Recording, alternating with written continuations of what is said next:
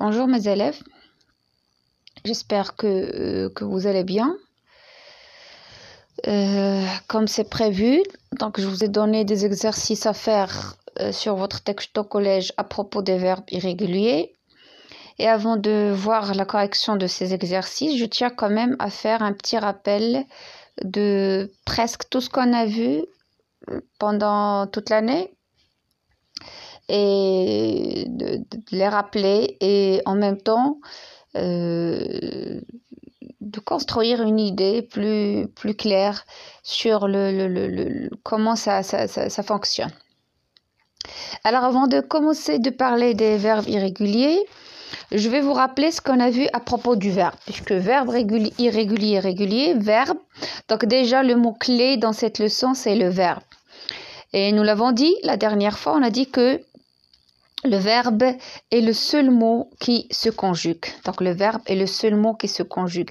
Parmi tous les mots de la classe grammaticale, il n'y a pas vraiment un autre mot à part le verbe qui se conjugue. Donc, pour parler de la conjugaison,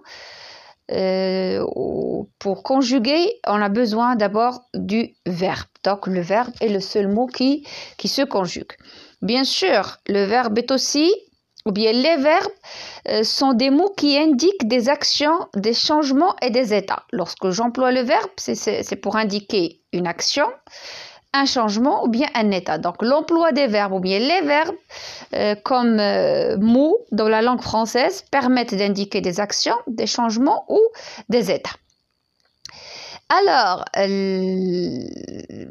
le verbe fait quoi? Le verbe place les actions, les changements et les états dans le passé, le présent et le futur. Lorsque j'emploie un verbe qui indique l'action, l'état ou le changement, je l'emploie aussi dans un moment donné, dans un temps donné.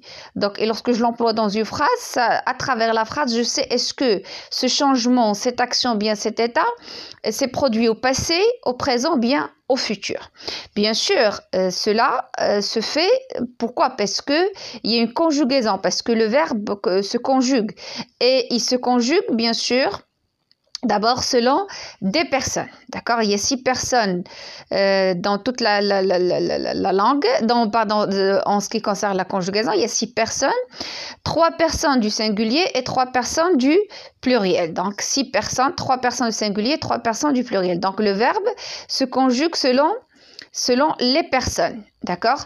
Puis selon les modes. D'accord? Et on a vu qu'il y a 7 modes. Donc, selon les modes, lorsque je conjugue un verbe, il est conjugué à une personne donnée et à un mode donné. Selon un temps, selon les temps. Bien sûr, il y a plusieurs temps. Il y a des temps simples, il y a des temps composés. D'accord? Et selon les voix, c'est-à-dire active, passive ou bien pronominale. Donc, voilà. Le verbe est le seul mot qui se conjugue. Il indique ou bien des actions, des changements, des états. Il place les actions, les changements, les états dans le passé, le présent, le futur. Donc, il se conjugue suivant ou bien selon des conditions. Il se conjugue selon les personnes, les modes, les temps et les voix. Voilà. C'est bon. Lorsqu'on parle des temps, bien sûr, lorsqu'on parle des temps, on dit un verbe, il est conjugué à quel temps?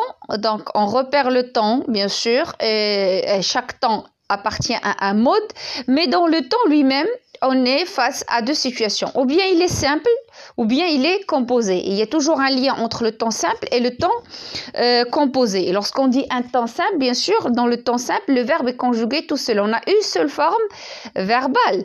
Par contre, lorsqu'il est conjugué à un temps composé, on a on a dans la forme verbale, il y a le verbe avec l'auxiliaire, d'accord?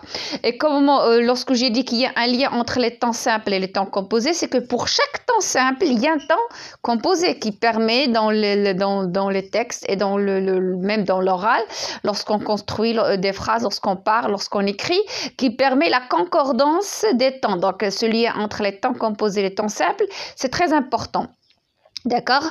Et toujours, donc, les temps composés, qu'est-ce qu'il indique? Les temps composés indiquent une action qui s'est passée avant le temps simple. Par exemple, si on a une action qui passe maintenant au présent, je suis en train de parler et de dire une action qui s'est produite au présent maintenant. Si je vais dire une action qui s'est produite juste avant celle au présent, je vais employer le passé composé, d'accord? Donc l'action du passé composé vient avant l'action du présent. La même chose, l'action de plus que parfait vient avant l'action de l'imparfait, ainsi de suite. Donc, l'action du temps composé, généralement, est antérieure à l'action du temps simple. Bien sûr, là, c'est une leçon qu'on va voir à part, la concordance des temps, qu'on va la voir à part pour voir comment ces temps, comment il y a cette concordance et ce lien entre les temps. Mais nous l'avons déjà vu, si vous vous rappelez très bien, lorsqu'on a parlé du présent et passé composé, lorsqu'on a parlé du passé simple avec le passé antérieur, l'imparfait avec le plus que parfait. On a dit que pour le passé présent, le passé composé, l'action du passé composé est antérieure à celle du présent, plus que parfait, son action antérieure à celle de l'imparfait. Et pour le passé antérieur, l'action est antérieure au passé simple, c'est-à-dire il vient avant. L'action exprimée par le temps composé vient avant celle exprimée au temps simple. Voilà, à propos des modes, donc on a dit qu'il y a 7 modes, d'accord? Infinitif, indicatif, impératif, conditionnel, subjonctif, participe et gérondif, d'accord? Donc pour l'infinitif, il y a l'infinitif présent et l'infinitif passé. D'accord? Le mode le plus fréquent, le plus employé, c'est le mode indicatif. Et d'ailleurs, c'est le mode qui contient aussi le plus grand nombre des temps. Donc, on a des temps simples et des temps composés pour le mode indicatif. Présent, futur simple, imparfait, passé composé, passé simple comme temps simple. Et passé composé, futur antérieur plus que parfait, passé antérieur comme temps composé. Puis, on a l'impératif. Et dans l'impératif, on a 2 temps. Un temps simple qui est le présent de l'impératif et un temps composé qui est le passé de l'indicatif. Ensuite, le conditionnel, la même chose dans le conditionnel, nous l'avons déjà vu, il y a 2 temps, temps simple et temps composé, présent du conditionnel et passé du conditionnel. Pour le subjonctif, et on vient de le voir, le subjonctif, c'est un temps qui contient c'est un mode qui contient 4 temps, 2 temps simples qui sont le présent et l'imparfait, 2 temps composés qui sont le passé et le plus que parfait. Donc on a aussi le mode participe avec le participe présent, participe passé, et on a le mode gérondif qu'on n'a pas vraiment eu l'occasion de le traiter. Voilà, donc le verbe, lorsque je le conjugue, il varie selon le temps, donc il se conjugue selon le temps, mais pour chaque temps, il doit vraiment être dans un mode donné, et pour les modes, chaque mode a son rôle, et chaque mode est utilisé pour une raison, d'accord? Donc on n'utilise pas les temps et les modes comme ça à tort et à travers, donc les temps et les modes s'emploient en respectant leur valeur et leur emploi. Maintenant, on passe à la dernière étape, c'est que le verbe, pour parler du verbe, donc il se conjugue selon les personnes, selon les temps, selon les modes, selon les voix, d'accord? Et bien sûr, pour qu'il se conjugue, donc parce qu'il se conjugue et parce que c'est important de l'étudier, il faut savoir que le verbe appartient à un groupe. Donc il y a 3 groupes de verbes. Pourquoi c'est important d'étudier les groupes de verbes? Parce que les groupes de verbes permettent quand même de maîtriser la conjugaison. Si je sais quel est le groupe du verbe, si je sais chaque groupe de verbes, comment il fait sa conjugaison dans un mode donné et dans un temps donné, quand même j'arrive à conjuguer le verbe et j'arrive à maîtriser la conjugaison. Donc on a les verbes du premier groupe qui se terminent par ER, sauf bien sûr le verbe aller qui est, malgré qu'il a comme terminaison ER, il appartient au 3e groupe.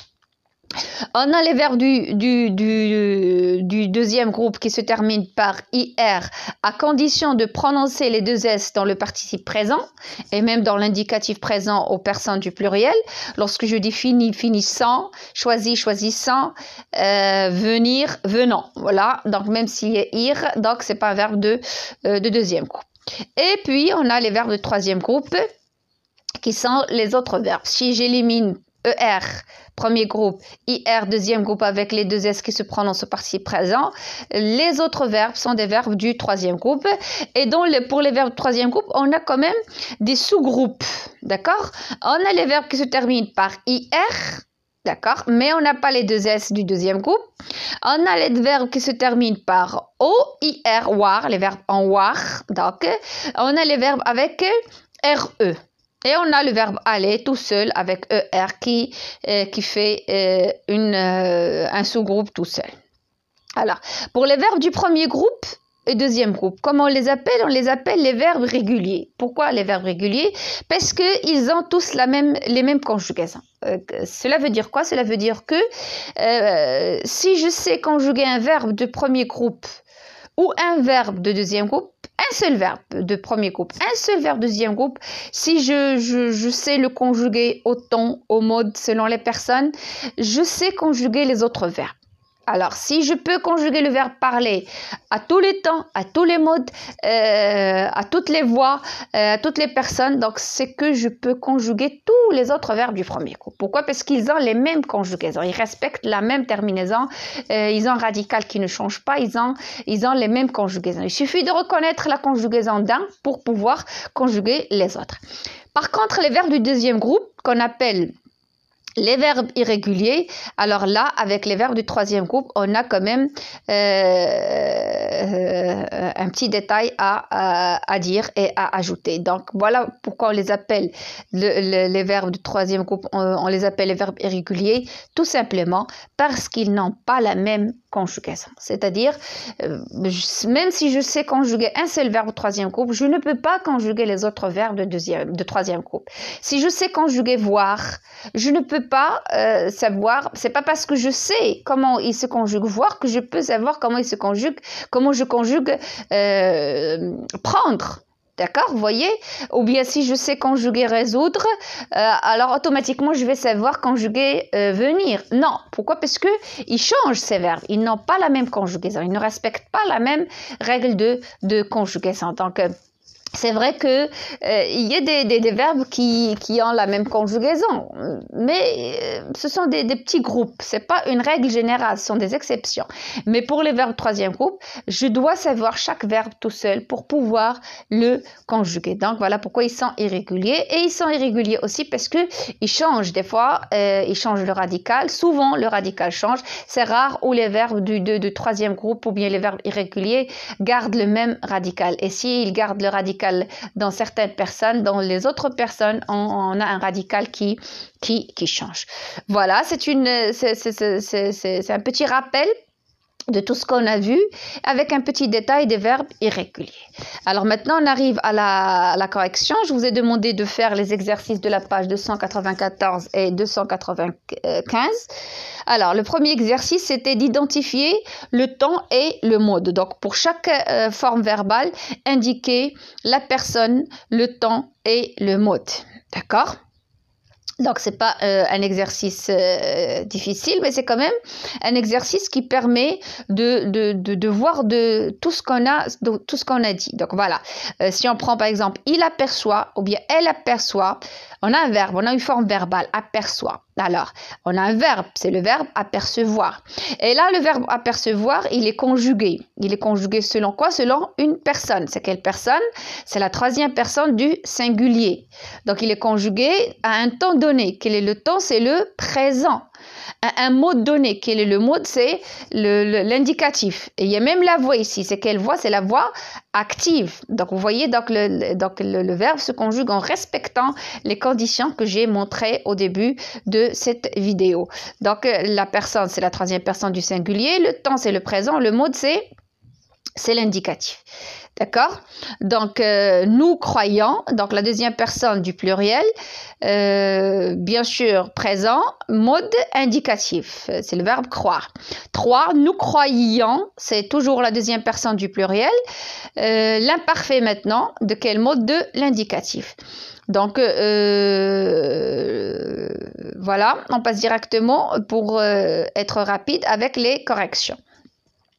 Donc, on a déjà vu 1, 2, 3. On s'est arrêté maintenant à courait. Donc, courait, c'est la première personne du singulier, l'imparfait de l'indicatif. Vous voyez?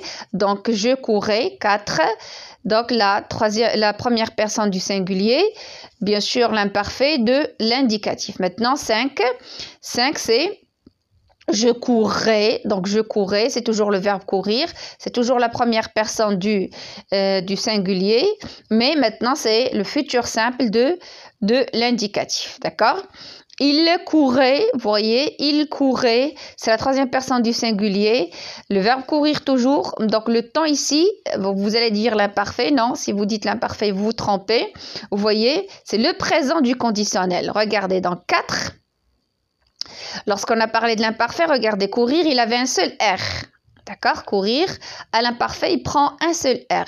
Par contre, si on a courir avec 2 R, plus la terminaison de l'imparfait, là, on n'est pas dans l'imparfait. Faites attention, on est dans le conditionnel présent. Est-ce que c'est clair? C'est la même chose pour tous les verbes presque qui ont cette forme comme courir. D'accord? Donc attention, c'est comme ça qu'on distingue l'imparfait du conditionnel présent. D'accord? Donc atteindrait, 7, atteindrait, deuxième personne du pluriel, futur simple de l'indicatif. On revient à l'exercice, voilà, vous atteindrez, deuxième personne du singulier, c'est le verbe atteindre bien sûr. À quel temps? Au futur simple de quel mot? De l'indicatif. Alors vous atteindriez, donc on voit le futur avec l'imparfait, donc c'est clair, c'est la deuxième personne du pluriel, mais le temps c'est le présent du conditionnel. Ils devront, d'accord, on continue avec la correction. Ils devront, donc devront, troisième personne du pluriel, futur simple, indicatif. Dans la phrase 10, ayons battu, impersonnel. Cela veut dire quoi impersonnel? Si on revient à la phrase, vous voyez, ayons battu le record du monde, ce nageur connut aussitôt la gloire. Donc, ayons battu, impersonnel tout simplement, parce que c'est quel temps, c'est quel mode? Voilà. Parce que c'est le mode participe passé, et le mode participe, c'est un mode impersonnel. Que veut dire mode impersonnel, maîtresse? C'est-à-dire, il n'y a pas de personne. On n'a pas une personne à évoquer ou bien à indiquer. D'accord? Voilà. Donc, on ne peut pas dire à quelle personne, c'est un mode impersonnel. Parce que c'est le participe présent. Alors, couru, c'est la troisième personne du singulier, passé simple de l'indicatif. Voilà. Donc, connu, pardon, ce nageur, connu, c'est le verbe connaître, connu. Donc, c'est le passé simple de l'indicatif à la troisième personne du singulier. Voilà, vous avez la correction de l'exercice 1. Vous pouvez mettre la vidéo en pause jusqu'à ce que vous faites la correction sur vos cahiers, puis vous pouvez passer au suivant. Donc le suivant, c'est l'exercice de conjuguer le présent. Donc conjuguer les verbes au présent de l'indicatif, écrivez les phrases obtenues. D'accord? Donc j'aperçois une tour, tu bats les œufs pour faire une omelette, vous dites la vérité, il connaît mon cousin, tu ne crains rien, je te rejoins, nous atteignons notre but, elle s'assoit sur le même banc. Donc voilà, je vous ai donné les corrections oralement, mais on peut passer pour voir la conjugaison. Je vous ai déjà préparé la correction. Voilà, j'aperçois une tour, voilà la forme verbale, tu bats les œufs pour faire une omelette, vous dites la vérité, voyez, il connaît mon cousin, tu ne crains, regardez, tu ne crains rien, je te rejoins, d'accord? Nous atteignons notre but, elle s'assoit sur le même banc, d'accord? Donc, c'est l'exercice de la page 294. Maintenant, l'exercice 3. On va conjuguer les verbes à l'imparfait et on va écrire les phrases obtenues. Donc, j'écrivais, tu lisais, elle faisait la cuisine pendant que ses enfants dormaient, vous craigniez le bruit, nous conduisions, Vous éteignez votre but. L'été dernier, nous cueillions des fleurs et nous croyons bien faire. Donc, on revient à la correction, voilà, de l'exercice pour voir la forme verbale. Donc, je répète, voilà. J'écrivais, tu lisais, elle faisait, dormait. Donc, ces enfants dormaient, vous craigniez, nous conduisions, vous éteigniez, nous cueillions et nous croyons.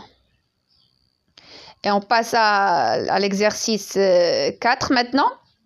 Conjuguer les verbes au passé simple. Maintenant, on va passer au passé simple. D'accord? Ce jour-là, nous allâmes nous promener. Soudain, je crus voir un spectre. D'accord? Si vous voulez, voilà. Ce jour-là, nous allâmes nous promener. Soudain, je crus, vous voyez, je crus voir un spectre. Nous fîmes demi-tour. Nous fuîmes au plus vite. Donc, nous fuîmes, c'est le verbe fuir. D'accord? Nous fuîmes au plus vite. Vous voyez comment on l'écrit? Fuîmes. D'accord? Fîmes, ça c'est le verbe faire. Nous fîmes demi-tour. Et fuîmes, il y a eu au plus vite. D'accord? Au plus vite. J'éteignis, donc j'atteignis ma maison. Mes amis m'y rejoignirent. Mes amis. Nous nous assîmes et nous bûmes du jus de fruits. Donc, mes amis m'y rejoignirent. Nous nous assîmes et nous bûmes du jus de fruits. Voilà, donc vous avez la correction, elle est claire, je crois. Voilà, je crois que c'est tout pour cette vidéo. Bon courage. Je vous invite toujours à garder votre sérieux, s'il vous plaît. Essayez quand même de ne pas abandonner ou bien de ne pas être paresseux face à ce qu'on vous demande de faire. Suivez les vidéos, faites les devoirs qu'on vous demande de faire. Tout simplement parce que c'est dans votre intérêt, d'accord? Je sais que c'est pas facile, c'est une situation inhabituelle, mais quand même, vous êtes appelé à rester attentif, vous êtes appelé à rester dans le milieu de l'apprentissage, d'ouvrir les manuels, d'ouvrir les livres, de faire des exercices. C'est très important pour vous. Parce qu'une fois on va rentrer, on va reprendre, vous n'allez pas vraiment trouver de difficultés à suivre les cours de soutien et les travaux qu'on va faire, Inch'Allah, après ce confinement. Et d'ici là, je vous dis au revoir et à la prochaine.